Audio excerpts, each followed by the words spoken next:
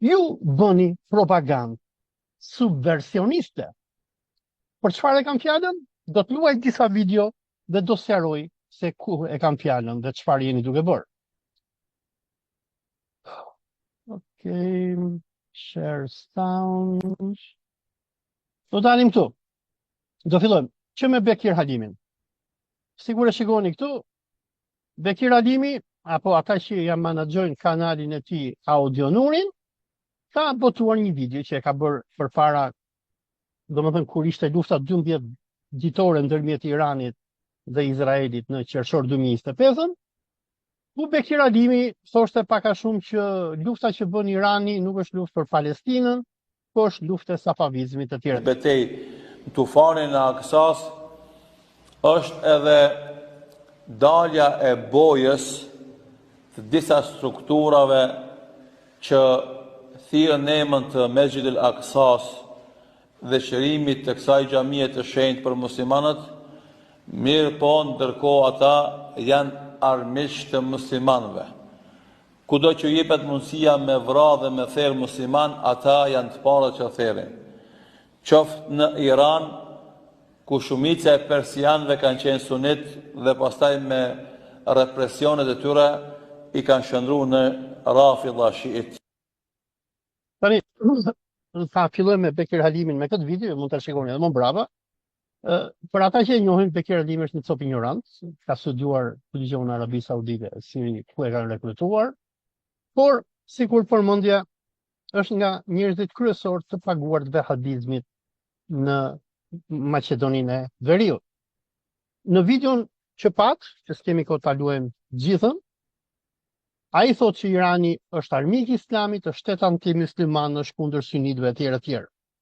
Tani unë kam parë shumë nga videot e Bekir Halimit me kompani, shumë nga gjërat që vehabistët thonë nëpër videot e tyre janë gënjeshtra apo më saktë dezinformacion. E para e tregojnë Iranin sikur Irani nuk është me Palestinën, në një kohë që Izraeli e bombardoi Iranin në qershor të 2025-s, i vrau krerët e ushtrisë, i ka vrarë presidentin, i ka vrarë ministrin e jashtëm, donte të vriste edhe liderin suprem Khamenei, dhe ky vehabia që unë e quaj Bekir 4.5 milion euro Halimi, thot janë armiqtë e Islamit, ata thonë se ata thot ju çor maska. Tani unë dua ta pyes këtë maskara. Çfarë ke bërë ti për Palestinën? A ke luajtur bëhun ti nga Shkupi? Shkosh edhe të luftosh në Gaza dhe ta shlirosh Gazë. Çfarë ke bërë ti? Unë të kuptoj që ti paguesh o Bekir për këtë. Dhe nëse ke nga pagesa vlla, ma çon një mesazh privat, më thuaj ma bëj halal se unë marr 4.5 milion euro, do ushqej familjen dhe të kuptoj. Por unë dua që me këto video ti mos t'i hedhësh trut e gomerve atyre që të ndjekin në Shkup dhe në katunet e Shkupit. E para, në Iran nuk persekutohen sunitët. E dyta, në Iran ndoshta ka më shumë xhami sunite se sa shiitësh. E treta, ti nuk e ke vizituar ndonjëherë Iranin. Unë e kam vizituar Iranin, kam parë xhami sunitësh, biles i ke në kanalin tim, në mes të Teheranit, ka xhami sunitësh të madhe sa Dine Hoxha në Tiranë, ku është edhe i përkthyer në persisht libri i shehut tuaj vehabist Nasiruddin Al-Albani. Unë i kam gjitha me video dhe dokumentuar. Ti je ignorant, ti nuk e ke vizituar Iranin, ti nuk e njeh Iranin, ti je i pa shkollë.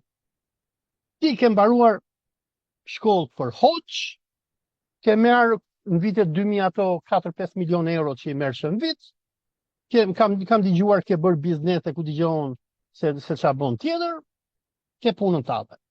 Por tani, në një kohë që është Irani, i cili nëpërmjet Siris, që ju vehabistët me shenjtorin tuaj Abu Muhammed al-Gjolanin e shkatruat, kur në 8 dhjetor të 2024-s edhe rrëzuat Asadin nga pushteti, dhe në këto momente që ne po flasim, Asadi, Abu Muhammed al-Gjolani, agenti tijas, është në New York, duke u përqafuar me Trumpin, do bëj takim me Netanyahun sot apo nesër, ishte edhe me Marco Rubio tje, ku Siria u shkatrua dhe Gjolani u sol në pushtet për të luftuar rezistencën palestineze, ku si pasojë e asaj që ju bot, e kam fjalën për ty Bekir Halimi, sepse ishin hoxhallar si puna juaj, me propagandën tuaj, që quat me qindra bi nënash nga Ballkani